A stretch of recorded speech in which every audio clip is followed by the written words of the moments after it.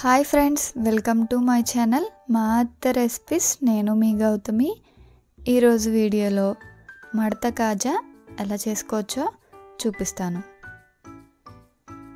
అలానే చేసే ప్రాసెస్ కూడా ఈజీనే.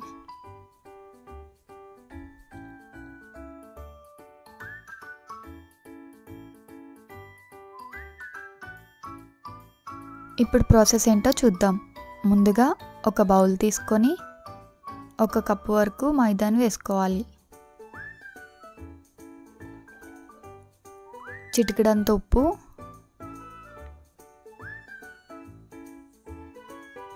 రెండు టేబుల్ స్పూన్ వరకు నూనె,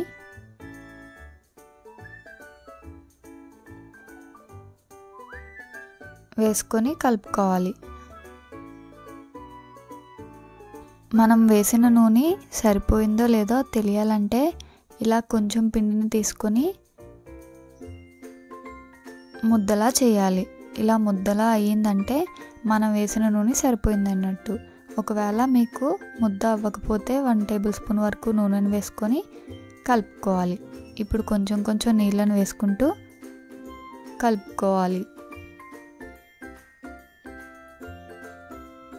కొంచెం గట్టిగానే కలుపుకోవాలండి.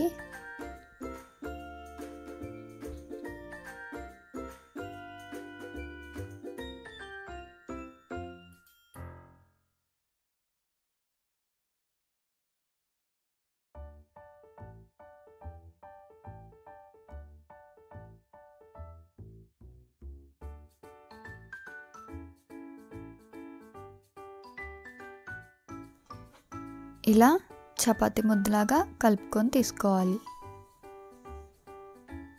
ఇప్పుడు దీనిపైన కొంచెం నూనెను వేసుకుంటూ పిండి మొత్తం పట్టించాలి.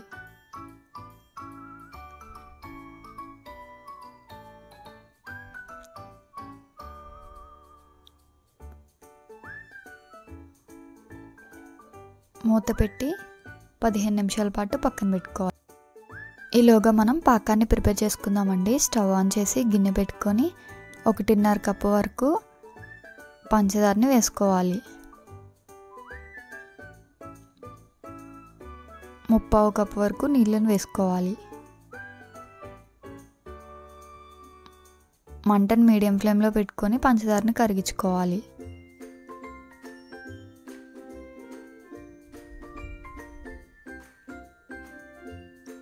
పంచదార కరిగిన తర్వాత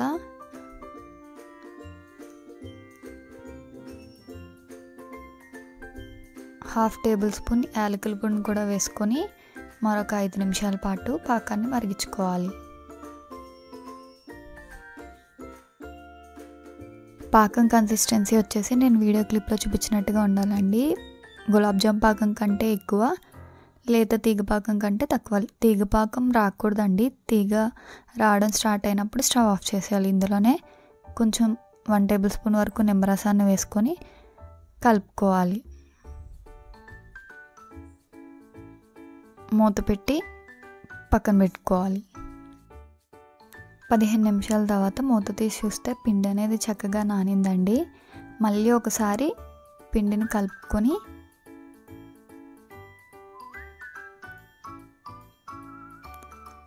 ఐదు సమాన భాగాలుగా తీసుకోవాలి.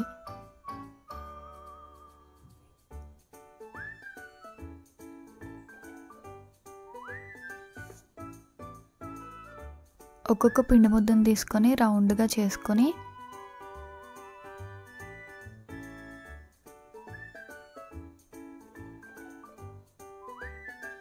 కొంచెం పొడి పిండిని జల్లుకుంటూ చపాతీలాగా చేసుకోవాలి.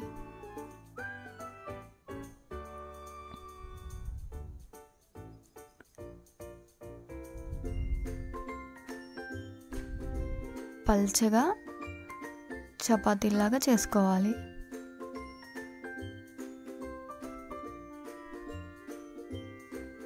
ఇక్కడ నేను వీడియో క్లిప్లో చూపించినట్టుగా అంత పల్చగా చేసుకోవాలండి. ఇలా చేసుకొని పక్కన పెట్టుకోవాలి. ఇదే విధంగా మొత్తం 5 రోటీల్ని చేసుకోవాలండి. కొంచెం పొడి పిండిని జల్లుకుంటూ చపాతీలాగా చేసుకోవాలి.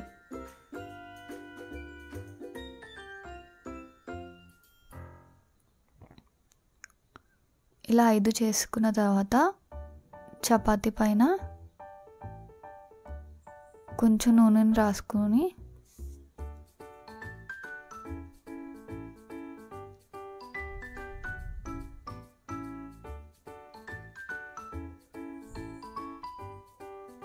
పొడిపిండిని జల్లుకోవాలి.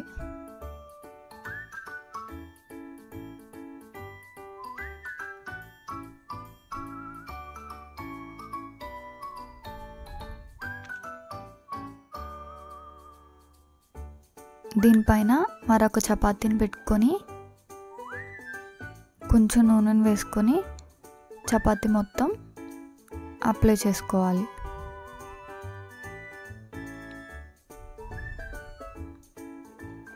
మళ్ళీ దీనిపైన పొడిపిండిని జల్లుకోవాలి.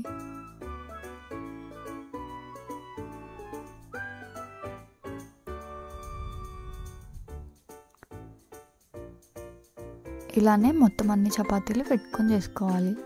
లాస్ట్ చపాతీ వేసిన తర్వాత నూనె కొంచెం పిండిని వేసుకొని ఈవెన్గా స్ప్రెడ్ చేసుకోవాలి.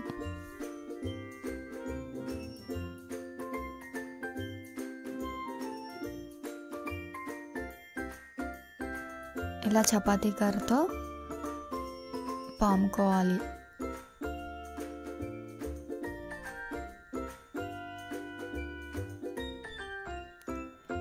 ఇప్పుడు కొంచెం కొంచెం పొడిపిండిని తీసుకుంటూ ఒక సైడ్ నుంచి టైట్గా రోల్ చేసుకుంటూ రావాలి.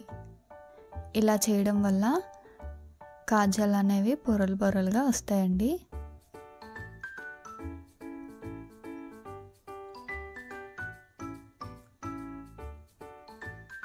పొడిపిండిని వేసుకుంటూ రోల్ చేసుకుంటూ రావాలి. ఇలా చివరికి వచ్చేటప్పటికి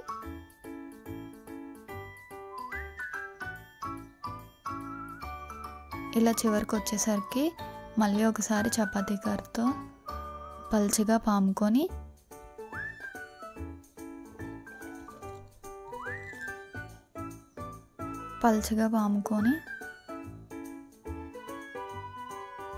చివర్లో కొంచెం వాటర్ అప్లై చేసుకోవాలి.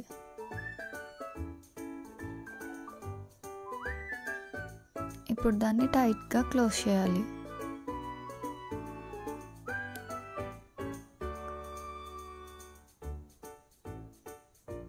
ఇప్పుడు నేను వీడియో క్లిప్లో చూపించినట్టుగా ఈవెన్గా రోల్ చేసుకోవాలి.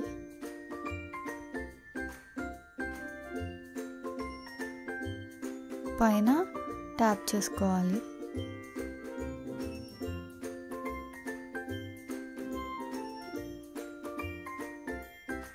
నైఫ్ని తీసుకొని 1/2 ఇంచ్ మందానికి కట్ చేసుకొని తీసుకోవాలి.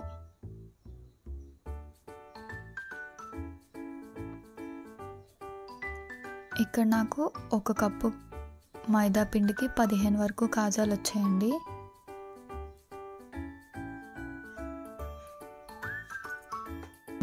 ఇలా అన్నీ చేసిన తర్వాత ఒక కాజాని తీసుకొని లైట్గా పైన ప్రెస్ చేసి చపాతీ కర్రతో పాముకోవాలి. ఇలా పాముకొని తీసుకొని పక్కన పెట్టుకోవాలి. అన్నీ ఇలానే పైన ప్రెస్ చేసి కర్రతో పాముకొని తీసుకోవాలి. ఇలా అన్నీ చేసి పక్కన పెట్టుకోవాలి.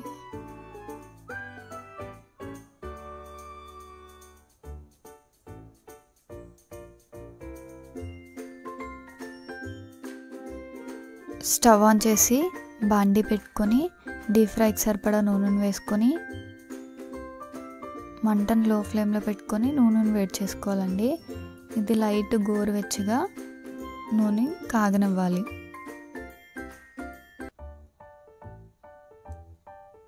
ఇప్పుడు కాజాలను వేసుకొని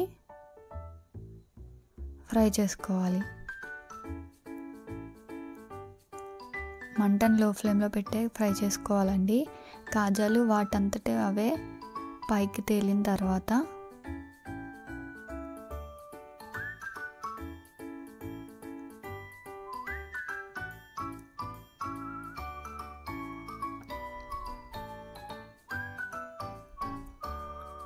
అన్ని కాజాలు ఇలా పైకి తేలిన తర్వాత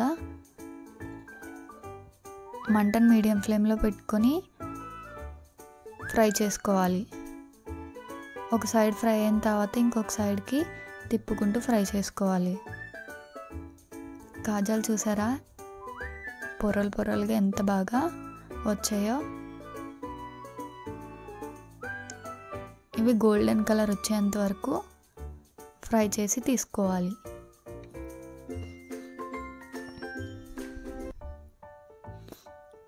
ఇలా గోల్డెన్ కలర్ వచ్చిన తర్వాత స్టవ్ ఆఫ్ చేసి తీసేసుకోండి.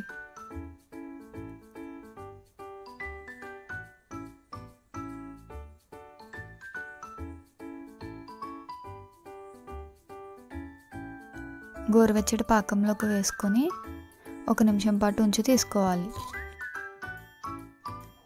మళ్ళీ తర్వాత తిరిగి వేసేటప్పుడు నూనె కొంచెం చల్లారిన తర్వాత కాజాలను వేసుకొని ఫ్రై చేసుకోవాలి.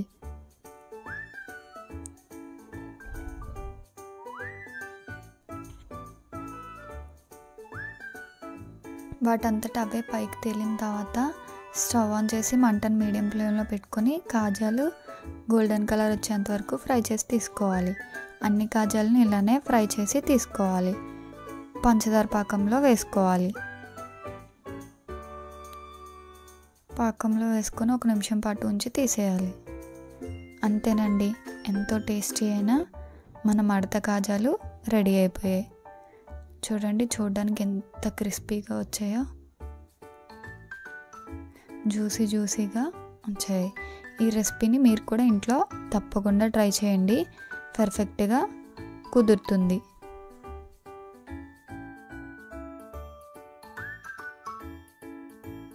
నేను చెప్పిన ప్రాసెస్లో కానీ చేస్తే ఫస్ట్ టైం ట్రై చేసిన వాళ్ళు కూడా ఈ కాజాలను చాలా ఈజీగా చేసుకోవచ్చు.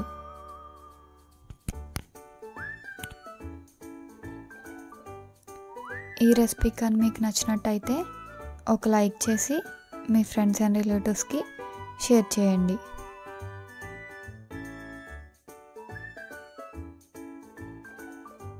మరిన్ని టేస్టీ సింప్లీ రెసిపీస్ కోసం మా ఛానల్ని సబ్స్క్రైబ్ చేయండి.